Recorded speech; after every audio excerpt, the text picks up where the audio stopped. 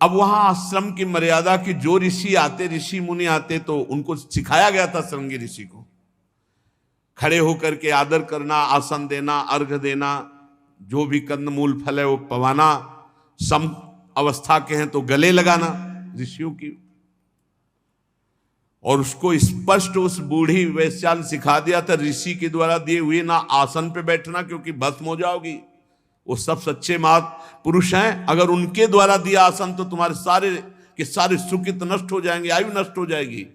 उनके द्वारा दिया हुआ कोई अतिथि स्वीकार मत करना, आतिथ्य स्वीकार मत करना। गई जे भी गए सो खड़े हो गए। वो तो नई अवस्था, एक सिंह बड़े देव स्वरूप सुंदर। उन्होंने कभी स्त्री देखे नहीं था, उन्होंने सोचा ऋषि आ रहे। वो आए, उन्होंने कहा महाराज मेरा नियम है, आप हमें प्रणाम नहीं करेंगे, हम आपका आसन नहीं, अपना आसन निकाला और आपका दिया हुआ पानी भी नहीं पिएंगी, क्योंकि हम नियम में चल रहे हैं। अच्छा हाँ, बोले इतना हो सकता है।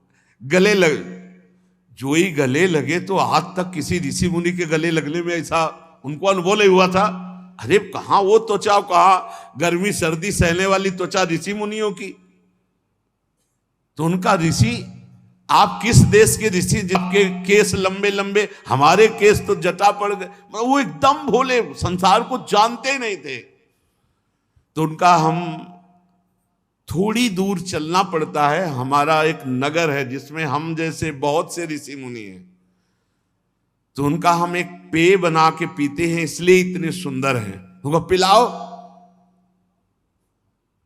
पिलाया, खवाया, अच्छे अच्छे फलों का जूस, आसो खूब। अरे अब तो श्रृंगी ऋषि को लगा कि कभी भी विभांडक ऋषि लौट के लावे और ये ऋषि हमारे साथ रहे। इतने में इशारा हुआ गुप्तचर का कि महाराज वहां से चल पड़े। तो उनका बस हमारे अनुष्ठान का समय होता, हम जा रहे हैं। विकल हो गए कुछ क्षण के मिलन में और कहा ऋषि हम आपके बिना जीवित नहीं रह सकते। तो उन्होंने कहा आप धैर्य रखना, मैं समय लगा के फिर आती हूं। वो ऐसे बैठे थे श्रृंगी ऋषि। पिताजी आए, कोई प्रणाम नमस्कार कुछ नहीं। तो उनका बेटा ये क्या, आज तक तो ऐसा कभी नहीं हुआ, यज्ञ की अग्नियां बुझ रही हैं, तुमने उठ करके ना तो हमारा स्वागत किया ना प्रणाम किया, ये क्या। बोले पिताजी धरती घूम रही है। महाभारत में पढ़ के बोले धरती घूमो पिताजी। अब आप जैसे ऋषियों को गले लगने का मन नहीं, एक ऋषि ऐसे आए थे कि हर समय मन कहता उनको गले लगा ले। बोले ऐसे कौन से ऋषि आ गए। बोले आपकी जटाएं हमारी जटाएं बिल्कुल ठीक नहीं, उन ऋषि की जटाएं इतनी मुलायम सुगंध आ रही थी। तो उनका ये तो कोई राक्षसी हो सकती है या यक्षिणी हो सकती है, जो माया हमारे बेटे को मंत्रों के द्वारा पवित्र जलाल। और कहा ये जो पृथ्वी घूम रही इसका मतलब आसो पिलाया गया है तुम्हें। वो कोई साधारण मदिरा नहीं, तो वो फलों का आसो ऐसे बनाकर, क्योंकि अपराध नहीं तो नष्ट हो जाए। तो उनका हमने बताया था कि जब हम आश्रम में ना रहें तो इस तरह की जो दैवी माया है या राक्षसी माया है आक्रमण कर सकती, तुम्हें सावधान होना चाहिए। पिताजी उस ऋषि से मिलाओ। धीरे धीरे एक हफ्ता तो नहीं गए, फिर उन्होंने कम समय में कंदमूल फल लाने का सोचा।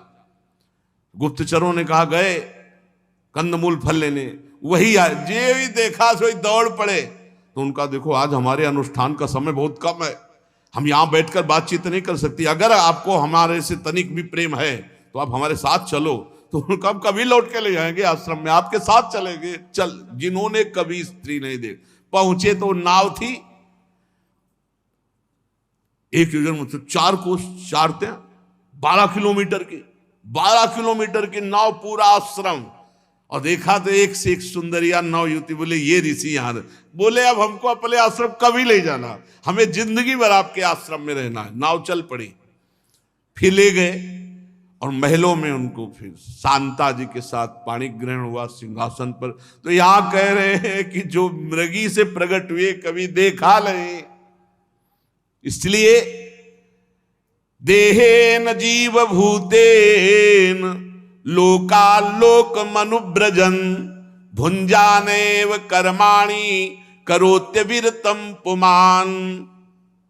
जीव को चाहिए कि ये जो मानव देह मिला इसको नष्ट न करे, इसको सार्थ, बहुत बड़ी बात है ये, केवल लिखा पढ़ी की नहीं, हर समय दिमाग में छा जाए तो अभी आपको अनुभव में आने लगेगा कि हम कितना बड़ा घाटा कर रहे हैं जो अपने समय को भगवान से विमुख व्यतीत कर रहे हैं। ये जीव ऐसा फंस जाता है, फिर ऐसे कर्म करता है, प्रारब्ध कर्म वो बन करके फिर नए देह की प्राप्ति, फिर वहां भोगना, ये बार बार माता जी चलता रहता है जब तक मोक्ष नहीं होता।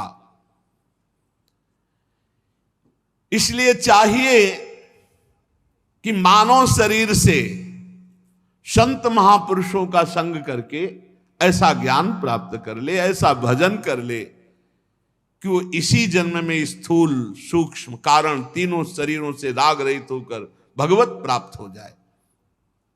तस्मान कार्या संत्रासो न कार्पण्यम न संभ्रमः बुद्ध्वा जीव गतिम धीरो मुक्त संगश्चरेदिह। उपासक को चाहिए कि ये सब सुनकर भयभीत ना हो जाए, कमजोरी ना आने पावे। भय मत करो, भगवान हजारों जन्मों की सेकंड में बिगड़ी बना देने वाले हैं। भरोसा रखो और अपने स्वरूप का थोड़ा तो ज्ञान रखो। तुम अविनाशी हो, निर्लेप हो, निर्विकार हो, तुम्हें कोई कभी गंदा कर ही नहीं सकता। तुमने गंदगी बटोर रखी, बस उसे छोड़ना है।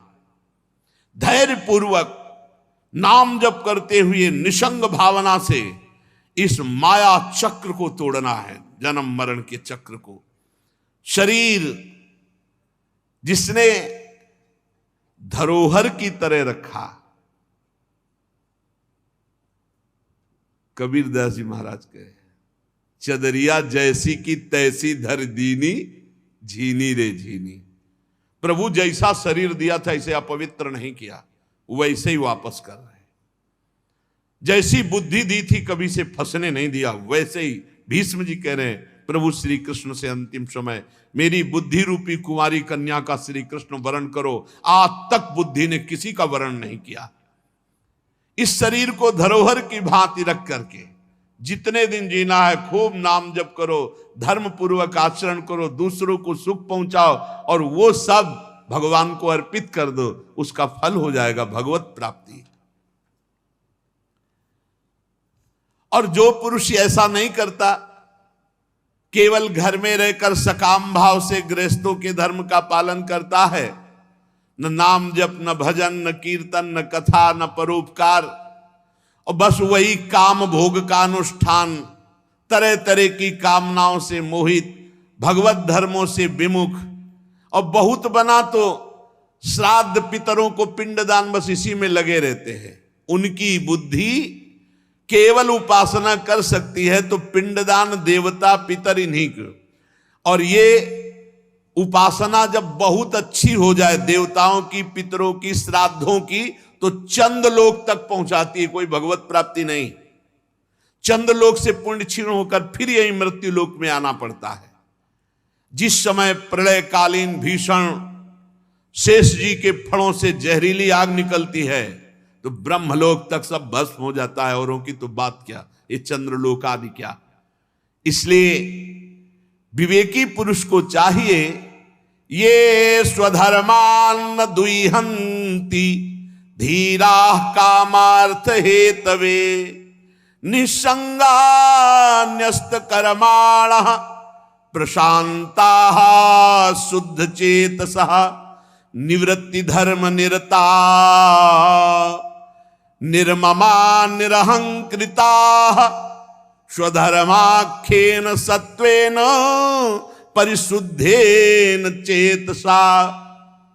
ऐसे जाते हैं भगवत धाम को, अनासक्त हैं, जो किसी से भी आसक्ति नहीं, सब में भगवत भाव, प्रशांत, किसी भी द्वंद्व से वो विक्षेप को प्राप्त नहीं होते, प्रशांत। अंतःकरण की कैसी भी स्थिति हो, उपासक को कभी विक्षिप्त नहीं होना चाहिए। आप अंतःकरण नहीं हो उस समय, तत्काल ध्यान, अशांत है अंतःकरण, बहुत परेशानी, जलन हो रही, आप बिल्कुल अलग हो जाओ। बड़ी मस्ती की बात, बहुत मना कर रहे थे कि नहीं नहीं नहीं, भोग मर, असंग, अब भोग तो असंग हो जाओ, तुम अविनाशी हो, तुम अंतःकरण नहीं हो, तुम देह नहीं हो। बस ये समझ पाओ तो समझ पाओ। यही समझ आ गई तो हर परिस्थिति में प्रसन्नात्मा, ब्रह्मभूता प्रसन्नात्मा। भोग मना कर रहे थे, शास्त्र मना कर रहे, गुरुजन मना कर, नहीं वही रास्ता चयन, भोग जल असंग दृष्टा मात्र। जैसे आग लगी दूर से हम देख रहे हैं, हम नहीं जल रहे, प्रशांत। ये स्थिति तभी आएगी जब स्वरूप का ज्ञान होगा, नहीं तो नहीं आएगी। मान होने में हर्ष होगा, अपमान होने में शोक होगा, निंदा में शोक होगा, स्तुति में हर्ष होगा। ये द्वंद्व बने ही रहेंगे। द्वंद्वातीत आपका स्वरूप है, अंतःकरण द्वंद्वातीत नहीं है। अंतःकरण तभी सम होगा जब आप अपने स्वरूप को जानोगे, तो साक्षी मात्र रहने से वही प्रभाव अंतःकरण में पड़ेगा और सम हो जाएगा। अंतःकरण सम होना साक्षात भगवत प्राप्ति हो जाना है। कोई भी द्वंद्व अंतःकरण में प्रभाव ना डाले, चाहे मान हो, चाहे अपमान हो, निंदा हो, स्थिति हो, लाभ हो, हानि हो, सुख हो, दुख हो, या मृत्यु ही क्यों ना आने वाली हो, कोई भी हलचल न पैदा हो। यह सिद्ध पुरुष का लक्षण है। शुद्ध चित्त, निरंतर भजन करने से चित्त शुद्ध होगा, कोई और साबुन नहीं है। बड़ी कृपा है जिनको दिमाग में बात बैठ गई कि हर समय नाम जप करना है, हमें हर समय नाम जप करना है। नाम जब पकड़ लिया तो चित्त शुद्ध हो जाएगा, आपको द्वंद्वों की सहने की सामर्थ्य प्राप्त हो जाएगी, आप अनासक्त सब हो जाएगा। नाम जप, निवृत्ति, सब हो रहा है पर कहीं अच्छा नहीं लग रहा। अच्छा लग रहे हैं केवल प्रभु। हो रहा है पर कहीं आसक्ति नहीं है, क्योंकि पता है सब मायाकृत है। अनासक्त, ममता रहित, अहंकार शून्य, ऐसा पुरुष भगवत प्राप्त होता है। ये पिंडदान, देवताओं का, श्राद्धों का, ये चंद्रलोक जाते हैं, देवलोक जाते हैं, लेकिन यहां से लेकर के ब्रह्मलोक तक आवागमन चक्र है। आ ब्रह्म भूनान लोकान पुनरावर्तिनो, अर्जुन भगवान कह रहे हैं। काम बनेगा भगवत धाम जाने से, भगवत प्राप्ति से। परमानंद स्वरूप पुराण पुरुष पर ब्रह्म में जब तक लीन नहीं हुआ जा सकता, तब तक बात नहीं बनती। लीन का मतलब है तन्मयाहा, भगवान के चिंतन में, भगवान के मनन में डूबो। जिनका चित्त इस लोक में आसक्त है और जो कर्मों में श्रद्धा रखते हैं, वेद के द्वारा कहे हुए काम्य कर्मों का अनुष्ठान करते हैं, उनकी बुद्धि रजोगुण से युक्त हो गई है, इसलिए वो भगवत प्राप्ति के मार्ग को नहीं समझते हैं। वो केवल इन देवता का पूजन, इन देवी का पूजन, पितरों का पूजन, श्राद्ध का पूजन ऐसा करते हैं, और वो केवल धर्म, अर्थ और काम के परायण होते हैं। उनको मोक्ष या भगवत प्राप्ति से कोई मतलब नहीं होता। जिनके महान पराक्रम अत्यंत कीर्तनीय है, भवभयहारी भगवान श्री कृष्ण की कथाएं इनको अच्छी नहीं लगती, आराधना इनको अच्छी नहीं लगती, क्योंकि ये केवल अर्थ काम के गुलाम होते हैं। इनकी आराधना बस श्राद्ध, पितर, देवी देवता जो हमारी कामनाओं की पूर्ति कर दें, कोई मोक्ष धर्म या भगवत प्राप्ति की ऐसी कोई आकांक्षा नहीं होती, जो अज्ञानी जन है। भगवान कह रहे हैं हाय, भगवान कह रहे हैं हाय विष्ठा भोजी कुकर शुकर आदि जीवों की विष्ठा चाहने के समान, जो भगवान की प्राप्ति को छोड़कर नाम जब, भगवत कथा, कीर्तन आदि जो भगवत प्राप्ति का भाव है, इसको छोड़कर जो संसार के भोग मांगते हैं, तो जैसे प्रहलाद जी ने नरसिंह भगवान से कहा कि भगवान हमको तो परम पद आपका नहीं चाहिए, क्यों?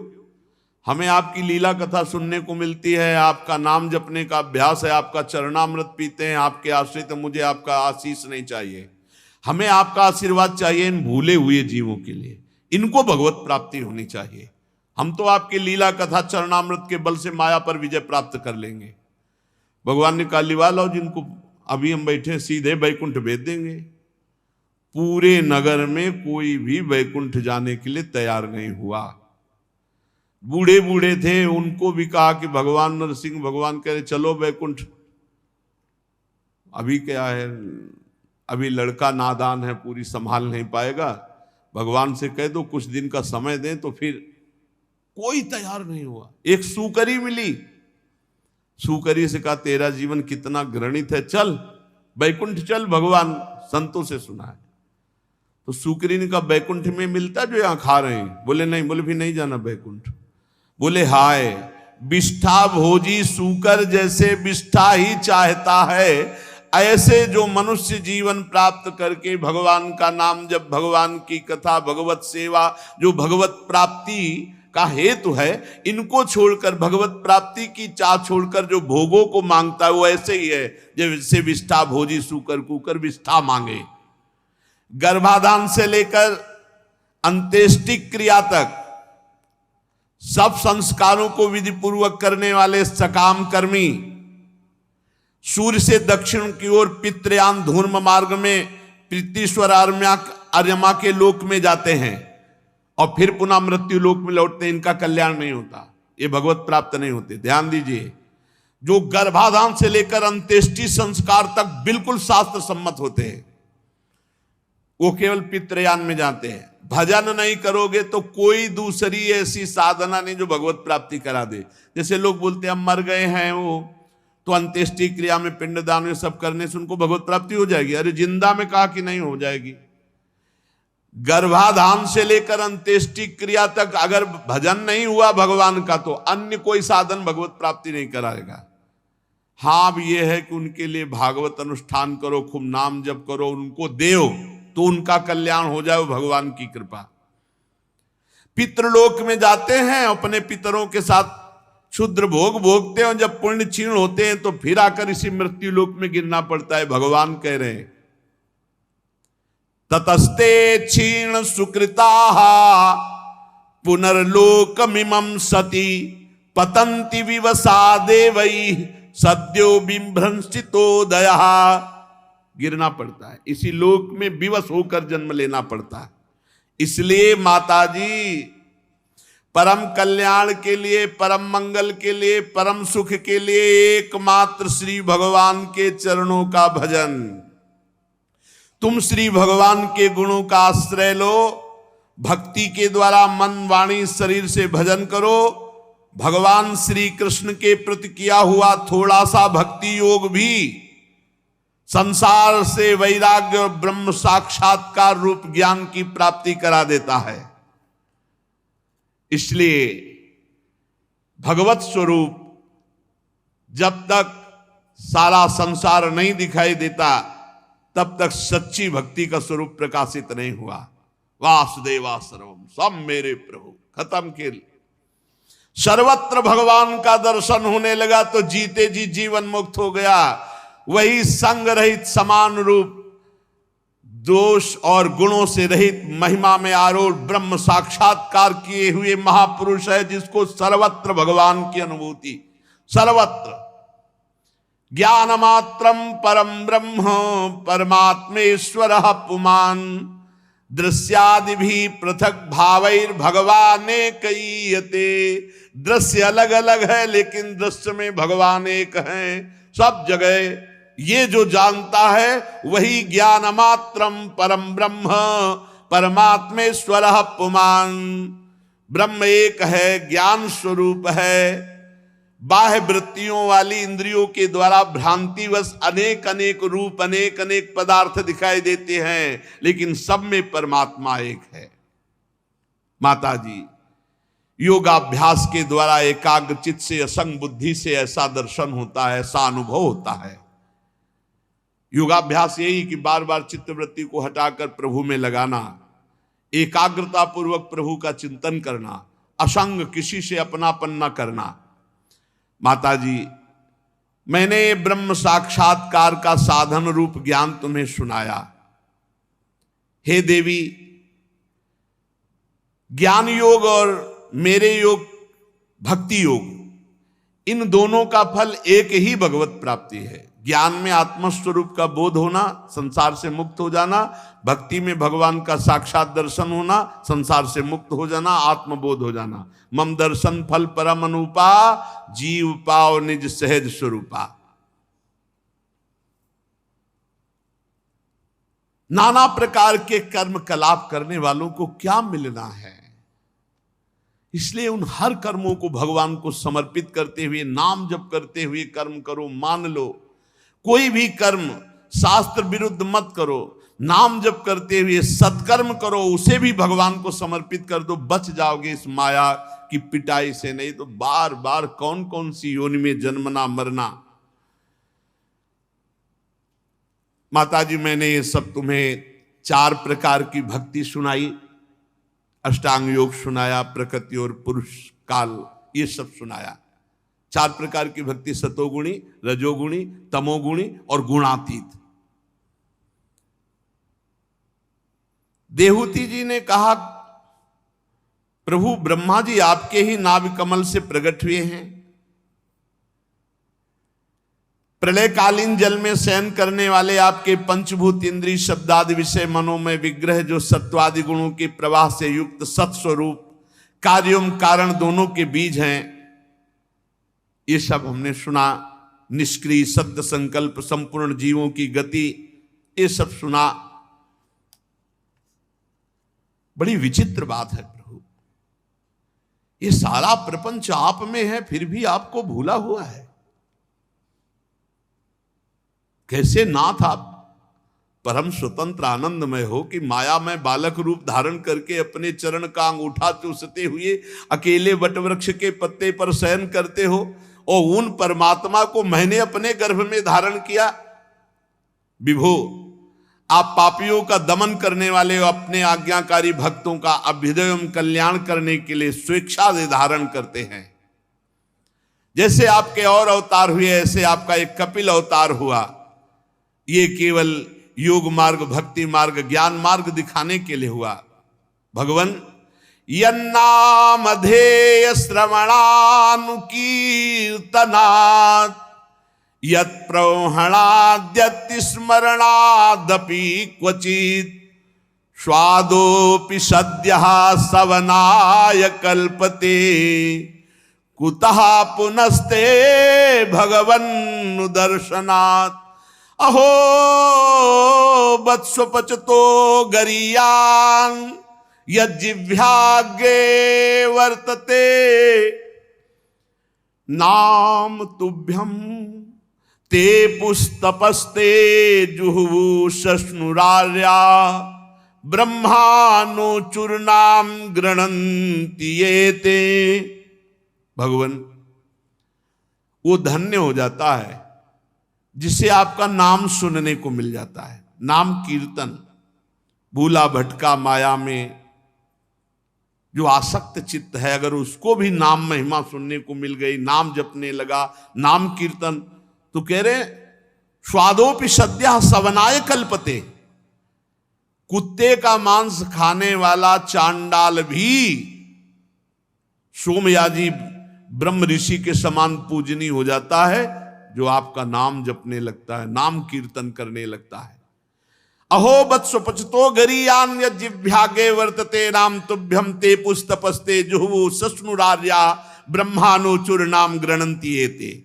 वह स्वपच चांडाल भी सर्वश्रेष्ठ जगत बंदनीय हो जाता है जिसकी जिह्वा के अग्रभाग पर हे प्रभु आपका नाम विराजमान हो।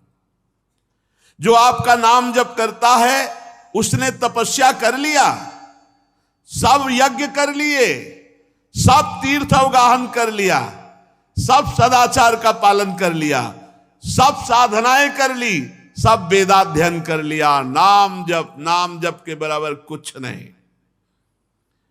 जिसने आपका नाम जप शुरू कर दिया उसने भारी तपस्या कर ली, यज्ञ कर लिया, तीर्थ स्नान कर लिया, सदाचार का पालन कर लिया, वेदाध्ययन कर लिया, अर्थात नाम जापक के सब अपने आप कार्य पूर्ण हो रहे हैं। उसे न वेदाध्ययन की, न तपस्या की, न यज्ञ की, न तीर्थ स्नान की। करे अच्छा है, अगर नहीं करा तो सब कुछ हो रहा है, नाम में सब सामर्थ्य विराजमान है। वो चाहे नीच स्वपच चांडाल क्यों न हो, वो जगत पूज्य हो जाता है जिसकी जिह्वा पर भगवान नाम विरा। अहो वत्स्वपचतो गरीयान् यज्जिह्वाग्रे वर्तते नाम तुभ्यम।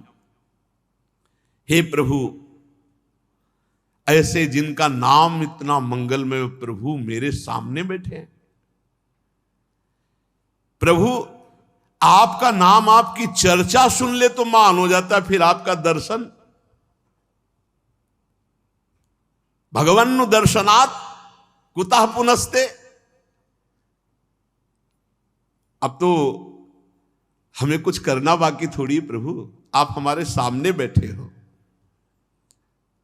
जिनके उदर में समस्त ब्रह्मांड विराजमान है वेद सहित, वो मेरे उदर में आकर के पुत्र रूप बोले, अब मुझे क्या है, मैं तो निहाल हो गई, कृतकृत्य हो गई।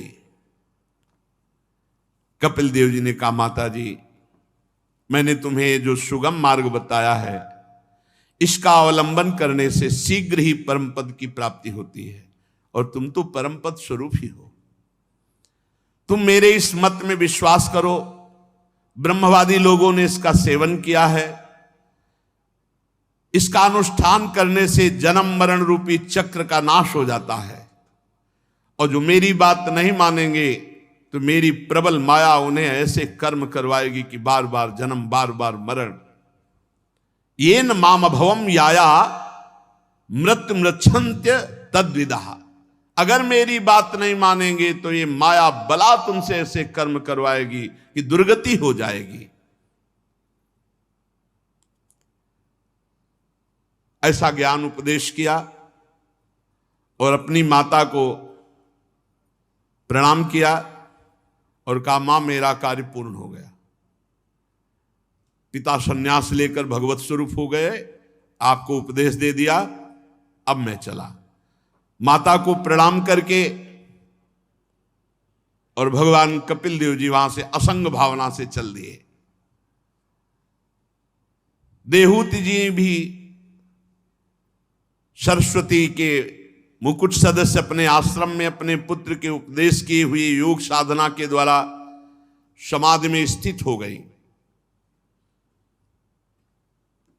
समस्त सुखों का त्याग करके रात दिन भगवान के चिंतन में डूबी हुई। बड़ा कठिन होता है भोगों का त्याग करके, भोगों की स्मृति का त्याग करके भगवत स्मृति में। देहूति जी को जो भोग प्राप्त हुए वो देवराज इंद्र को भी नहीं प्राप्त हुए। भोग त्याग दिया, भोग की स्मृति त्याग दिया, अखंड भगवत स्मृति समाधि में निमग्न। भक्ति के प्रबल प्रवाह, वैराग्य और अनुष्ठान से अंदर ही ब्रह्म साक्षात्कार हो गया, माया जनित आवरण दूर हुआ, स्थिति श्री भगवान में, आनंद परमानंद।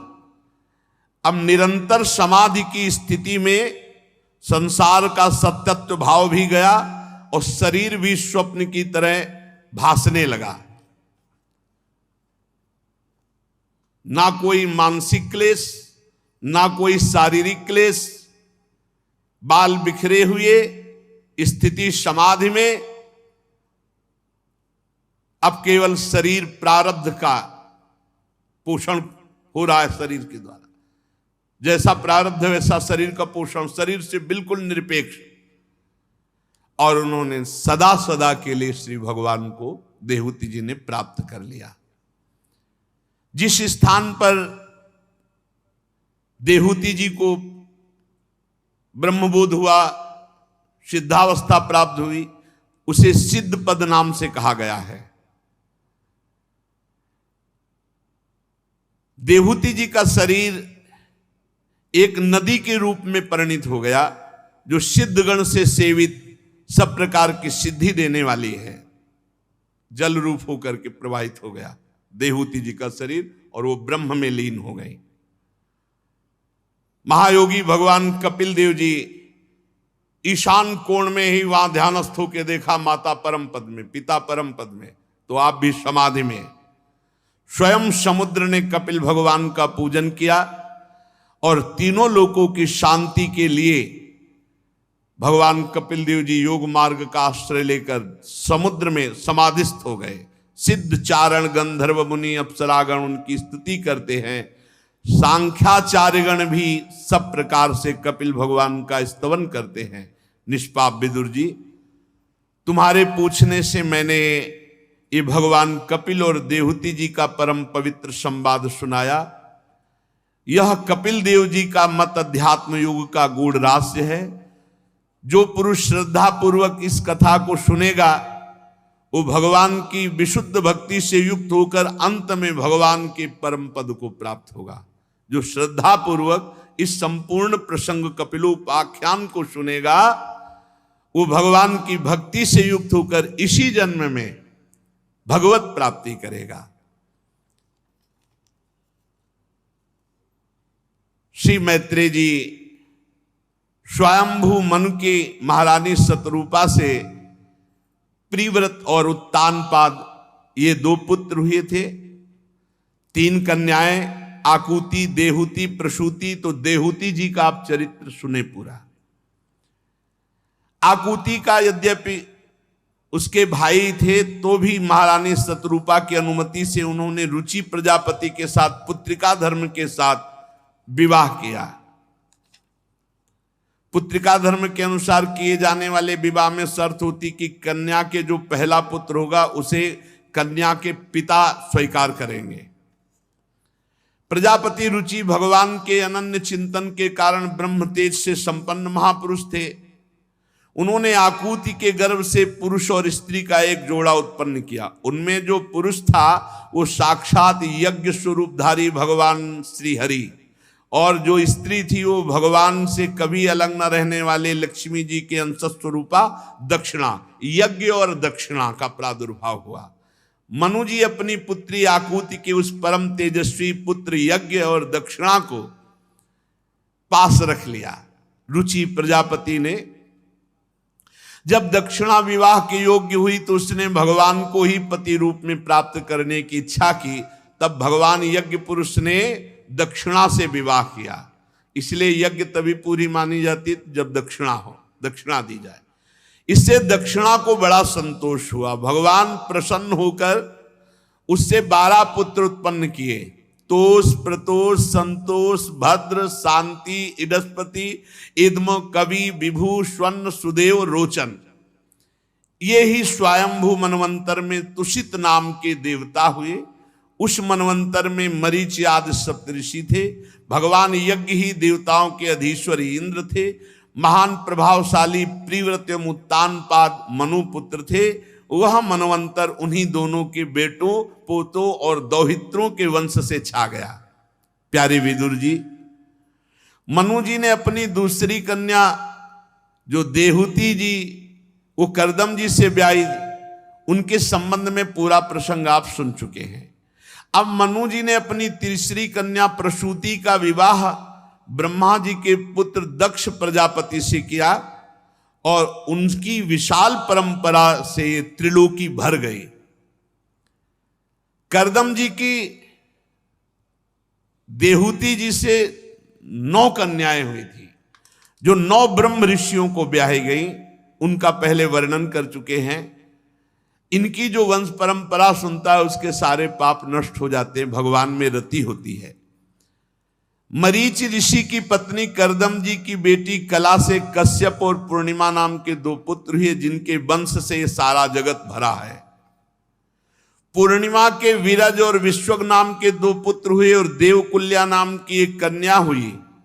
यही देवकुल्या तपस्या करके दूसरे जन्म में जब वामन भगवान ने रूप धारण करके ब्रह्मलोक तक चरण पधराया तो चरण जो धोवन हुआ यही देवकुल्या गंगा नाम की नदी के रूप में प्रकाशित हुई।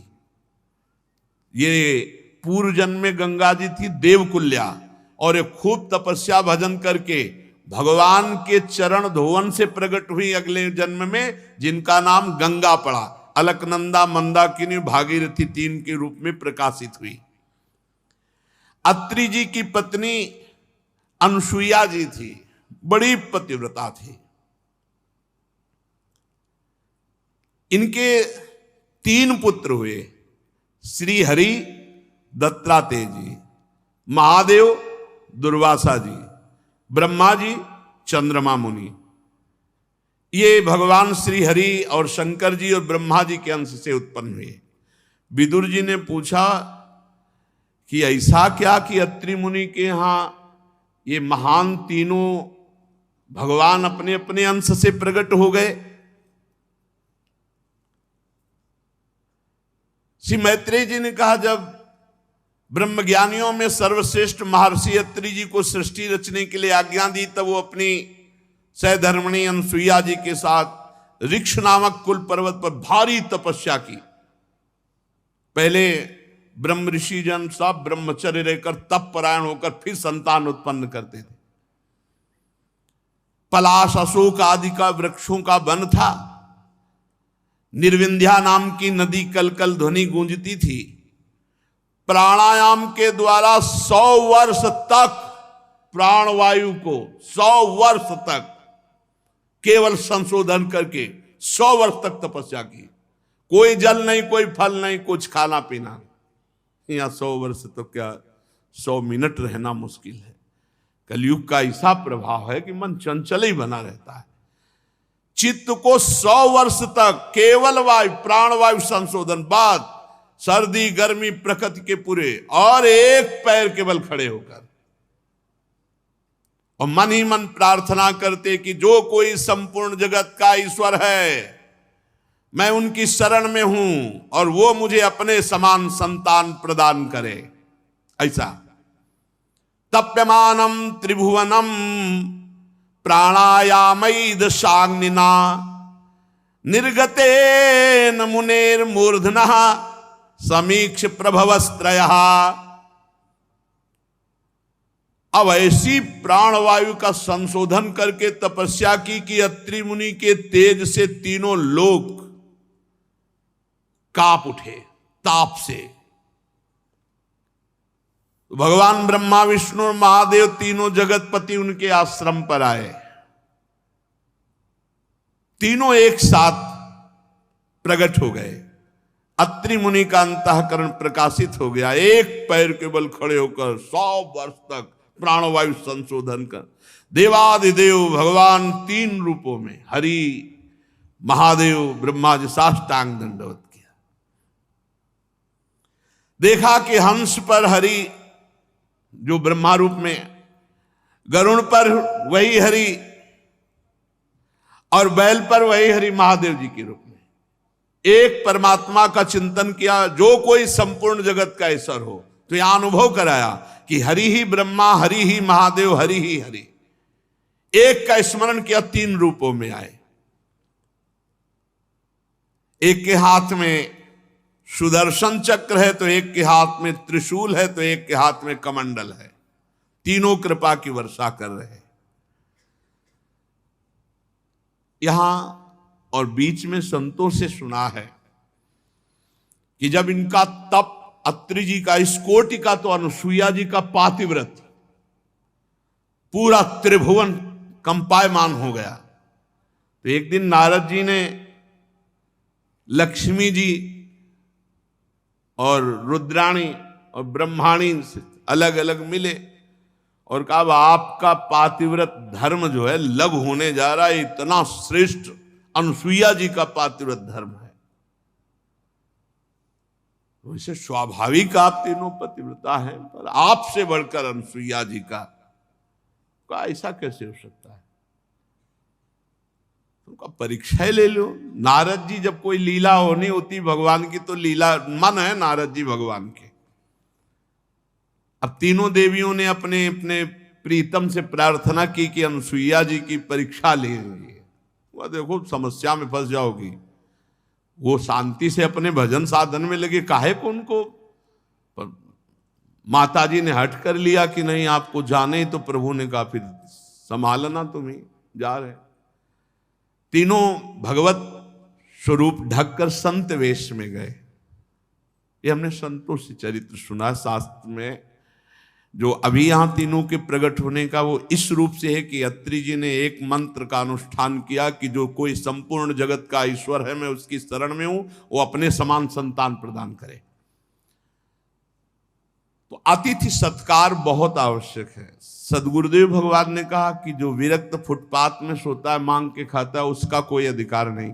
अगर एक छोटी सी भी कुटिया बनी और कोई आ जाता है और कहता भूख लगी, और फिर आप उसे वापस भेज देते, तो आपके सुकृत और तप नष्ट हो जाएगा। अब आपको पवाना पड़ेगा, कुटिया क्यों बनाया? अगर वो आया है और कह रहा है मुझे भूख लगी है, तो जो कुछ आपके पास रूखा सूखा है पवाइए, उसका स्वागत कीजिए। ये धर्म है कुटिया बनाने का। भगवत स्वरूप तीनों भगवान संत वेश में गए और कहा मुझे भूख लगी है, तो उनका आप ठहरिए, हम कंदमूल फला, बोले हम ना फलाहारी है ना हम दुग्ध पान करेंगे आज। तेजो में भगवत स्वरूप है, कोई वहां छल कपट पाखंड का तो प्रवेश ही नहीं। इतनी तो स्वयं अनुसुईया जी सामर्थ्यशाली है। अनुसुईया जी मुस्कुराई कि ये कैसा आतिथ्य सत्कार। आंख मूंदा और तपस्या में विराजमान अत्रि जी उनसे बात की कि आपके घर में अतिथि पधारे हैं। वो बड़ा अटपटा उनकी प्रश्न है, बड़ी अटपटी मांग है। तो मैं तो तपस्या में संलग्न हूं, तुम उनको पुत्र बना लो। पति की आज्ञा कमंडल से जल लिया और कहा तुम तीनों 6-6 महीना के बालक बन जाओ। हल्लू बन गए। गंगाधारी महादेव जी 6 महीने, कितने अच्छे लग रहे होंगे। छोटे छोटे गोरे चरणारविंद ऐसे ऐसे करके वो गंगा जी त्रिशूल हाथ में है। छोटे से भगवान हरि, छोटे से 4 मुख वाले ब्रह्मा जी, पियो दूध। जगत माता भगवान को दुग्ध पिलाकर 3 पालने पे कई दिन हो गए। नारद जी पहुंचे, बोले भगवान कहाँ है? बोले गए थे वो अनुसुईया जी की परीक्षा में, अभी तो वो कभी नहीं आएंगे। बोले क्यों? बोले पालने में है 6-6 महीना के। बोले तुम फंसा दिए नारद जी से, कहा तो फंसा दिए ऐसा? अरे हम तो परीक्षा के लिए कहा। तो बोले परीक्षा में तो फंस गए वो, अब क्या होगा? बोले जाओ पैर पड़ो, हाथ जोड़ो, तो भले हुआ कोई गुंजाइश हो। अभी तो 6 महीना के हैं, आगे जब सयाने हो स्वयंवर हो तो भले चली जाना। तीनों आद्या शक्तियां हैं, श्री लक्ष्मी जी, अंबा जी और ब्रह्माणी जी। अनुसुईया जी के पास गई और कहा कि क्षमा करो, हम आपके पातिव्रत परीक्षा के लिए अपने अपने प्रभुओं को भेजा था, हमें वापस कर दो। कौन हो आप? तो परिचय बताया, ऐसा है। नहीं अभी हमारे तो बच्चे छोटे हैं, अभी ब्याह लायक नहीं, अभी नहीं देंगे हम, अभी